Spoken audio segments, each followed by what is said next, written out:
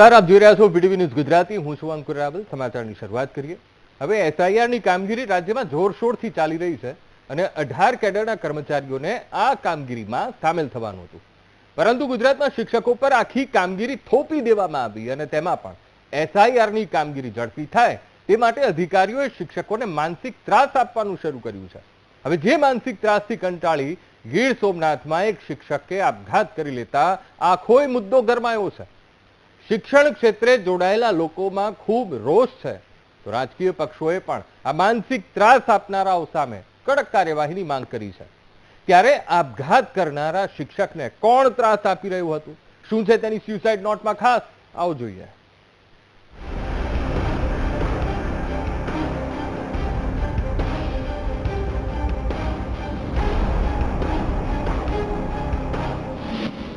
એસઆઈઆરની કામગીરીનું દબાણ, કોડીનારના શિક્ષકનો આપઘાત, માનસિક ત્રાસથી થાકી ગયા શિક્ષક. એસઆઈઆરની કામગીરી 10 રાજ્યોમાં ચાલી રહી છે, પરંતુ આ કામગીરીમાં અધિકારીઓના સતત વધતા દબાણ અને માનસિક ત્રાસથી કંટાળી અંતે ગીર સોમનાથના છારા ગામમાં ફરજ બજાવતા શિક્ષક અરવિંદભાઈ વાઢેરે આપઘાત કરી લીધો છે. અરવિંદભાઈએ આપઘાત કરતા પહેલા સુસાઇડ નોટ પણ લખી હતી, જે સુસાઇડ નોટમાં તેમણે ચોંકાવનારા ખુલાસા કર્યા છે. સુસાઇડ નોટમાં લખ્યું છે કે પ્રિય પત્ની સંગીતા, મારાથી કોઈ પણ કાળે હવે આ એસઆઈઆરની કામગીરી થઈ શકે એમ નથી. હું છેલ્લા ઘણા દિવસોથી માનસિક થાક અને તણાવ અનુભવું છું. તું તારું અને આપણા દીકરાનું ધ્યાન રાખજે. હું તમને બંનેને ખૂબ જ ચાહું છું, પરંતુ હવે ખૂબ જ મજબૂર બની ગયો છું અને મારી પાસે આ અંતિમ પગલું ભરવા સિવાય કોઈ રસ્તો નથી. I am very sorry my dear wife Sangeeta and my loving dear son ક્રિશે. શિક્ષક અરવિંદભાઈના આપઘાતથી તેમનો પરિવાર ભાંગી પડ્યો છે. પરિવારમાં આક્રોશ છે. સારા ગામે નોકરી કરે છે, એમની કામગીરી તો સરસ છે જ, બરોબર છે. એની કામગીરી શિક્ષણને ભણાવવાની, બાળકોને ભણાવવાની કામગીરી હોય છે. તેમ છતાં એમના પૂરેપૂરી દબાણ આપી અને આ એસઆઈઆરની કામગીરી આપવામાં આવેલ છે. મામલતદાર તરફથી વંદા સાહેબને, ડેપ્યુટી કલેક્ટર વંદા સાહેબ ને ઉપાધ્યાય સાહેબ તરફથી જે કામગીરી આપવામાં આવેલ છે એમની વિરુદ્ધમાં કાર્યવાહી થવી જોઈએ. અને મારો પ્રશ્ન એ છે કે એ તો મરી ગયા, બરોબર, એ ગુજરી ગયા છે, એ કંઈ પાછા આવવાના નથી, પણ એમના માટે થઈને મારી દીકરી છે, એમને એ પણ ગ્રેજ્યુએટ થયેલી છે, બીએડ થયેલી છે, એટલે એમના માટે પણ એને નોકરી મળવી જોઈએ. એસઆઈઆરની કામગીરીમાં શિક્ષકોને બીએલઓની કામગીરી સોંપવામાં આવી છે. શિક્ષકો આ કામગીરી સારી રીતે કરી પણ રહ્યા છે, પરંતુ સરકારી સર્વર ઠપ રહેતા તેમાં મુશ્કેલીઓ પડે છે. બીજી તરફ કલેક્ટર, મામલતદાર જેવા અધિકારીઓ મેસેજો કરીને ધમકાવે છે, જેનો સ્ક્રીનશોટ પણ સામે આવ્યો છે, જેમાં અંદર કોડીનાર મામલતદારે લખ્યું છે કે માનનીય જિલ્લા ચૂંટણી અધિકારી વ કલેક્ટર સાહેબ આજે રાતના 12 વાગ્યા સુધીમાં કોઈ પણ બીએલઓ અથવા સુપરવાઇઝરને એસઆઈઆર કામગીરી વિશે ટેલિફોન કરીને માહિતી લેશે. તમામ બીએલઓ અને સુપરવાઇઝરે મોડે સુધી કામ કરવું તેમજ ફેસિલિટેશન સેન્ટર મોડે સુધી ચાલુ રાખવા. બોલો, આનાથી બીજો માનસિક ત્રાસ શું હોય? એસી ચેમ્બરમાં બેઠેલા કલેક્ટર અને મામલતદાર લાખોના પગાર લઈને શિક્ષકોને મેસેજમાં ત્રાસ આપે છે. આ જ કારણે શિક્ષકો માનસિક ત્રાસ અનુભવી રહ્યા છે. અમે શિક્ષકના આપઘાત પછી કેટલાક શિક્ષકોની સાથે વાત કરી, તો સાંભળો માનસિક ત્રાસ અંગે તેઓ શું કહી રહ્યા છે. તે બીએલઓ એ તો કરતા જતા હોય, છતાં પણ પછી ફોર્મ ભર્યા પછી બધું થયા પછી પણ સરકાર તરફ ભાઈ તંત્ર દ્વારા જે પોતાની બીએલઓ એપની જે સાઇટ છે, આ સાઇટમાં એવી બધી તકલીફો પડતી હોય છે કે રાતે 12 વાગ્યા સુધી અમારા બીએલઓ જાગે, 1 વાગ્યા સુધી જાગે, સવારમાં 3 વાગે બીએલઓ ઉઠી જતા હોય છે. કલાક, 2 કલાક, 1.5 કલાક સારી પણ ચાલે, ત્યાં અચાનક જ એ ક્રશ થઈ જાય. ઓટીપી વારંવાર માગવા પડે, ઓટીપી આવતા નથી, સકળા સતત બમ્ફરિંગ થયા કરતું હોય છે. આવી ઘણી બધી મુશ્કેલીઓ આનો સામનો કરવો પડતો હોય. બીએલઓ અરવિંદ વાઢેરના આપઘાત પછી શૈક્ષિક સંઘે પણ ચૂંટણી પંચની કામગીરી સામે સવાલો ઉઠાવતા રોષ ઠાલવ્યો છે. નિવારણ આયોગ દ્વારા જે પ્રમાણે નીચે સુધીના જે દબાણો થઈ રહ્યા છે, રાત્રે 8-8 વાગ્યા સુધી મહિલાઓ માતૃશક્તિને ત્યાં કચેરીઓમાં બોલાવીને કામગીરી જે ઓછા ડેટાબેઝ જે ચાલી રહ્યા છે એના કારણે એમની કંઈક ટેકનિકલ પ્રોબ્લેમના કારણે જે ચાલી રહ્યું છે અને કામ થતું નથી, એ કારણોસર જ્યારે શિક્ષક મિત્રો BLO મિત્રોને ત્યાં બોલાવીને કામગીરી કરવામાં આવે છે. એટલે આવા બધા અનેક પ્રકારના દબાણો, નોટિસો આપી, વોરંટ ઇસ્યુ કરવાના, આ બધી જ તમામ વાચાઓને લઈ અને આજે એ શિક્ષક મિત્રોને જ્યારે આત્મહત્યા તરફ પ્રેરાઈ રહ્યા છે અને પોતે જ્યારે હૃદયરોગ જેવા હુમલાથી પણ એ આજે ખૂબ ગંભીર બાબત કહી શકાય આ શિક્ષકો માટે. શિક્ષકની સુસાઇડ નોટ પણ મળેલી છે અને એને વાંચતા આપણે સમજી શકીએ છીએ કે શિક્ષક ઉપર કેટલું પ્રેશર આમાં ઊભું કરવામાં આવે છે. શૈક્ષિક મહાસંઘ આનો સખત વિરોધ કરે છે. આના માટે જે કોઈ પણ જવાબદાર હોય તેની ઉપર પગલાં ભરવામાં આવે. શિક્ષકના પરિવારને 1 કરોડ રૂપિયાની સહાય ચૂકવવામાં આવે. સવાલ અહીં એ થાય છે કે SIR ની કામગીરી માટે શિક્ષકોને કોણ દબાણ આપી રહ્યું છે? મોડી રાત સુધી કામગીરી કરવાની ફરજ કેમ પાડવામાં આવે છે? માનસિક ત્રાસ આપી શિક્ષકો પાસે કામગીરી કરાવવાની અધિકારીઓને કોણે સત્તા આપી? એક શિક્ષકે આપઘાત કર્યો, હવે તેના પરિવારની જવાબદારી કોણ ઉઠાવશે? સવાલ અહીં એક પરિવારનું છે, એક પત્ની અને તેના નાના બાળકનું છે, કારણ કે તેમના માથેથી તો પતિ અને પિતાનો હાથ ઉઠી ગયો ને, અને તે પણ અધિકારી ન પાપે. ત્યારે શિક્ષકને મરવા મજબૂર કરનારા સામે કાર્યવાહી ક્યારે થશે તે મોટો સવાલ છે. Rohit Barad, VTV news, Gir Somnath. માનસિક ત્રાસ, માનસિક થાક, 24 કલાક એક પ્રેશર, 15 દિવસ થયા, ન રજા મળી, ન ખાવાના ઠેકાણા. હવે તો અમે કંટાળી ગયા. વાત SIR ની કામગીરીની છે અને જે કામગીરીથી શિક્ષકો એટલી હદે કંટાળ્યા છે કે રાજ્યભરમાંથી વિરોધના સૂર ઉઠ્યા છે. કોડીનારમાં શિક્ષકના આપઘાતની ઘટના પછી એક જ દિવસમાં અન્ય 3 જગ્યાઓ પર શિક્ષકોની તબિયતના સમાચાર આવ્યા, જેમાં 2 જગ્યા પર શિક્ષકોના હાર્ટ એટેકથી મોત થયા, જ્યારે એક શિક્ષક જીવન મરણ વચ્ચે ઝોલા ખાઈ રહ્યા છે. ત્યારે SIR ની કામગીરી શિક્ષકો માટે કેટલી હદે માનસિક ત્રાસ બની ગઈ, આવો જોઈએ.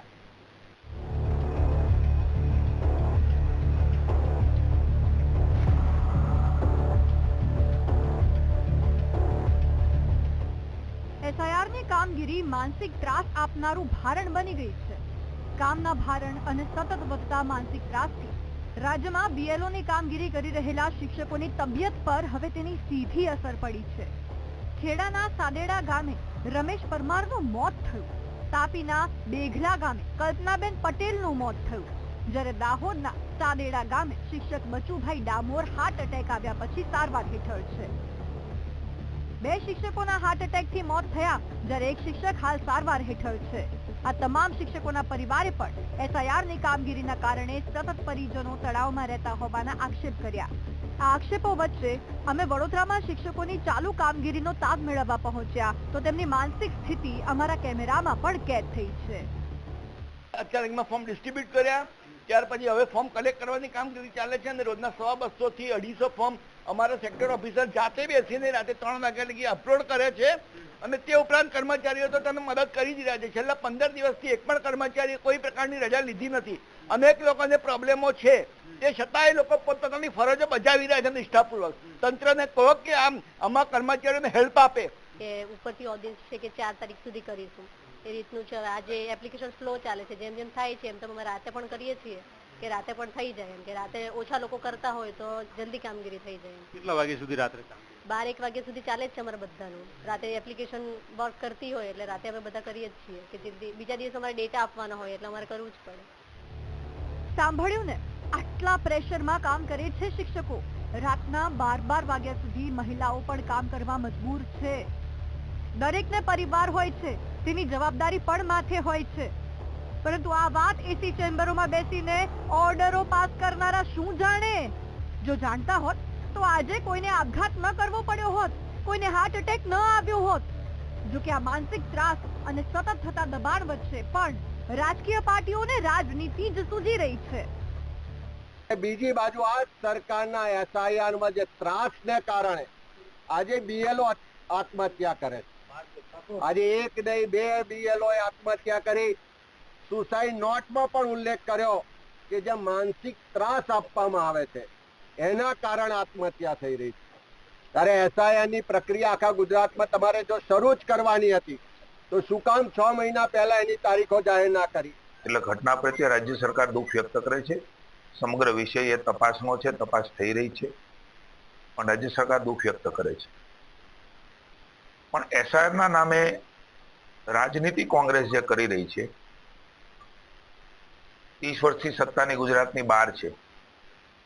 સમગ્ર દેશમાં એસઆઈઆરનો મુદ્દો કે રાહુલ ગાંધી દેશના જનતાના મસીહા થઈ અને મોદી સાહેબની સામે નીકળ્યા, પણ જનતાએ એમને સ્વીકાર્યું નથી. હાલ એસઆઈઆર ની કામગીરીને લઈને શિક્ષકોમાં નારાજગી છે. મૃતકોના પરિવારોમાં રોષ છે. દરેક લોકો ન્યાયની માંગ કરી રહ્યા છે. શિક્ષકો માનસિક ત્રાસમાંથી મુક્તિ ઈચ્છે છે, જ્યારે બીજી તરફ નેતાઓ રાજનીતિમાં મસ્ત છે. તેવામાં જોવાનું એ રહેશે કે શિક્ષકોને માનસિક ત્રાસમાંથી મુક્તિ મળે તે માટે સરકાર શું પગલાં ભરે છે. Bureau report, VTV news. વિયેતનામમાં નવેમ્બર મહિનો ખૂબ ભારે રહ્યો, કારણ કે ઓક્ટોબરના અંતથી જ વિયેતનામ પાણી થઈ ગયું છે. સતત પૂરના પ્રકોપને કારણે વિયેતનામમાં લોકો હેરાન પરેશાન થઈ ગયા છે. પાણીથી જાણે તેઓ ત્રાહિમામ પોકારી ઉઠ્યા છે. કેવા દ્રશ્યો છે પૂરના પ્રકોપના, આવો આપને પણ બતાવીએ.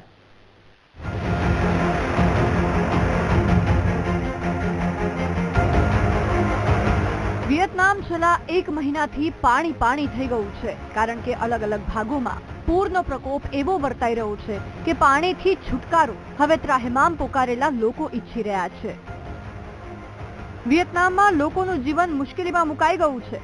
દેશના મધ્ય ભાગમાં સતત થઈ રહેલા ભારે વરસાદને કારણે ભયાનક પૂર અને ભૂસ્ખલનની ઘટનાઓએ કહેર મચાવ્યું છે. આ કુદરતી આફતમાં અત્યાર સુધીમાં 41 લોકોના મોત થઈ ચૂક્યા છે, જ્યારે 9 લોકો હજુ પણ લાપતા છે. લાખો લોકોનું જીવન અસ્તવ્યસ્ત થઈ ગયું છે અને બચાવ કામગીરી યુદ્ધના ધોરણે ચાલી રહી છે. અહેવાલ મુજબ છેલ્લા 3 દિવસમાં આ વિસ્તારના ઘણા ભાગોમાં 150 સેન્ટીમીટરથી વધુ વરસાદ ખાબક્યો છે, જેના કારણે સર્વત્ર જળ પ્રલય જેવી સ્થિતિ સર્જાઈ છે. 52,000થી વધુ ઘરો પાણીમાં સંપૂર્ણપણે ડૂબી ગયા છે. 62,000થી વધુ લોકોને પોતાનું ઘર છોડીને સુરક્ષિત સ્થળોએ ખસેડવામાં આવ્યા છે. ભારે વરસાદ અને ભૂસ્ખલનને કારણે ઘણા મુખ્ય રસ્તાઓ બંધ થઈ ગયા છે, જેનાથી બચાવ કાર્યમાં પણ મુશ્કેલી પડી રહી છે. દ્રશ્યોમાં દેખાઈ જ રહ્યું છે કે કેવી રીતે વાહનો આખા પાણીમાં ડૂબી ગયા છે. કેટલીક તસવીરો લોકોની દયનીય સ્થિતિનું વર્ણન કરી રહી છે. વૃદ્ધોને ભારે મુશ્કેલીથી રેસ્ક્યુ કરવામાં આવી રહ્યા છે. થર્મોકોલની શીટના સહારે પાણીમાંથી લોકો વહેતા આગળ વધી રહ્યા છે. નાના બાળકને પ્લાસ્ટિકની ડોલમાં રાખીને પાણીથી ઊંચો રાખી રેસ્ક્યુ કરવામાં આવ્યું છે. આ પરિસ્થિતિને જોતા લોકોની આંખોમાં આંસુ આવી જાય એટલી તો ખરાબ પરિસ્થિતિ છે ત્યાં રહેતા લોકોની. લગભગ 10 લાખ ઘરોમાં વીજળી ગુલ છે, જેના કારણે લોકોનો સંપર્ક કરવો પણ મુશ્કેલ બન્યો છે. સમગ્ર અસરગ્રસ્ત વિસ્તારમાં રેસ્ક્યુ ઓપરેશન ચાલી રહ્યું છે. પાણીમાં ડૂબી ગયેલા ઘરોની છત પર ફસાયેલા લોકોને બચાવવાના પ્રયાસો કરવામાં આવી રહ્યા છે. હજુ પણ હજારો લોકો મદદની રાહ જોઈ રહ્યા છે. જે વિસ્તારમાં પૂર આવ્યું છે તે મુખ્યત્વે વિયેતનામનો કોફી ઉત્પાદક ઝોન માનવામાં આવે છે. આ ઉપરાંત આ વિસ્તાર તેના દરિયા કિનારા અને પ્રવાસન માટે પણ જાણીતો છે. આ કુદરતી આફતને કારણે દેશના કોફી ઉદ્યોગ અને પ્રવાસન ક્ષેત્રને ભારે નુકસાની થવાની આશંકા છે. ઓક્ટોબરના અંતથી જ વિયેતનામમાં પૂરનો પ્રકોપ યથાવત છે, જેને લઈને હવે ત્યાંના લોકો એ જ પ્રાર્થના કરી રહ્યા છે કે અમને હવે આ જળ પ્રલયથી મુક્ત કરો. Bureau report, VTV news. 1971માં ભારતે પાકિસ્તાન સાથે યુદ્ધ લડ્યું કે સ્વતંત્ર બાંગ્લાદેશ બને. ત્યાં રહેતા લોકોને અત્યાચારમાંથી મુક્તિ મળે, પણ હવે બાંગ્લાદેશની વચગાળાની એવી સરકાર છે જે ભારત વિરોધી માનસિકતા ધરાવે છે અને પાકિસ્તાનને ખૂબ પ્રેમ કરે છે. હવે થયું એમ છે કે કુદરતનો કોપ બંને પાડોશી દેશો પર પડ્યો છે. બાંગ્લાદેશ અને પાકિસ્તાનની ધરા ધ્રુજી છે. કેટલી તીવ્રતાનો ભૂકંપ આવ્યો, શું જાનહાનિ થઈ, કેટલી અસર થઈ આ ભૂકંપની અને કેવા હતા એ ડરામણા દ્રશ્યો, આવો આપને પણ બતાવીએ.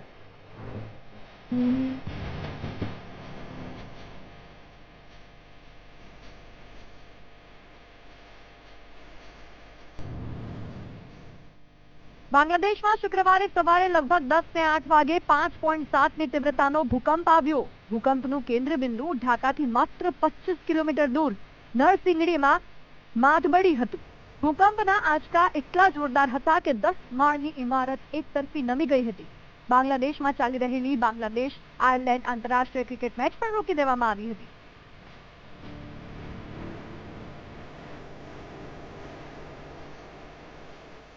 સ્થાનિક મીડિયા અહેવાલો 6 લોકોના મોતનો દાવો કરે છે, જોકે પોલીસે અત્યાર સુધીમાં 3 લોકોના મોતની પુષ્ટિ કરી છે.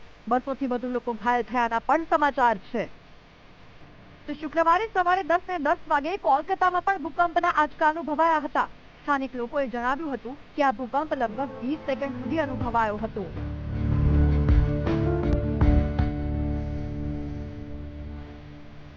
ભૂકંપની તીવ્રતા રિક્ટર સ્કેલ પર લગભગ 5.2 માપવામાં આવી હતી. અત્યાર સુધી કોઈ નુકસાન કોલકાતામાં તો નથી થયું.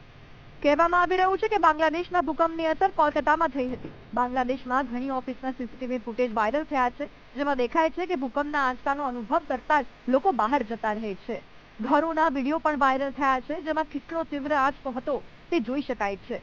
ન માત્ર બાંગ્લાદેશ પરંતુ દુશ્મન દેશ પાકિસ્તાનમાં પણ 5.2 ની તીવ્રતાનો ભૂકંપ આવ્યો, જેની અસર અફઘાનિસ્તાન સુધી થઈ. ત્યારે ભારતના પાડોશી દેશોને ધરાધ્રુજતા ખળભળાટનો માહોલ હાલ તો જોવા મળી રહ્યો છે. Bureau report, BTV news.